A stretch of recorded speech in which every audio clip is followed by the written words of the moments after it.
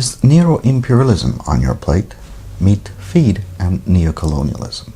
Most of the 1.3 billion tons of grain consumed by livestock annually are fed to farm animals, primarily pigs and chickens in Europe, North America, China, and Latin America. Current grain prices make this profitable, but this could reverse if grain prices climb in the future.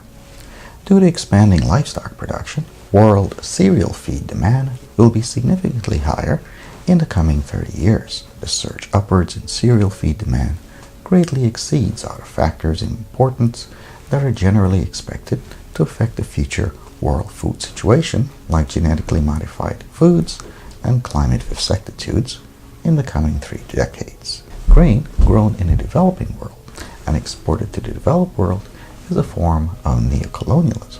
This is the geopolitical practice of using capitalism, business globalization, and cultural imperialism to influence a country in lieu of either direct military control or indirect political control. Neocolonialism frequently involves imperialist or hegemonic colonialism and the disproportionate economic influence of modern capitalist businesses in the economy of a developing country.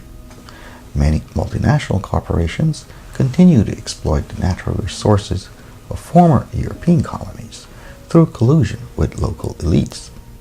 Such economic control is inherently neocolonial. It is similar to the imperial and hegemonic varieties of colonialism practiced by the United States and empires of the United Kingdom, France, and other European countries from the 16th to the 20th centuries. Most of the world's feed crops are grown in the underdeveloped world, and almost all of it is grown to be exported. This is very similar to coffee, sugar, tobacco, and other export crops grown during enslavement and colonial periods. After China, Europe is the biggest importer of soy.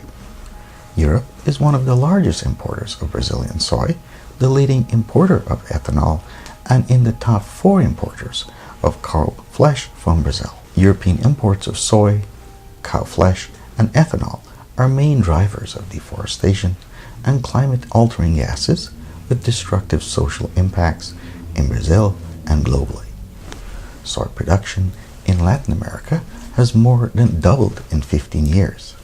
This rapid expansion in feed production has been facilitated by multilateral banks like the International Financial Corporation, which is the private sector lending arm of the World Bank, and the Inter-American Development Bank. Multilateral banks are keen to encourage agriculture for export and are very successful at doing so.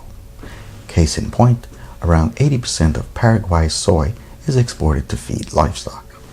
Corporations involved in the soy trade are key drivers of expansion and intensive production. U.S. companies Bunge and Cargill dominate the soy industry in Brazil and Argentina.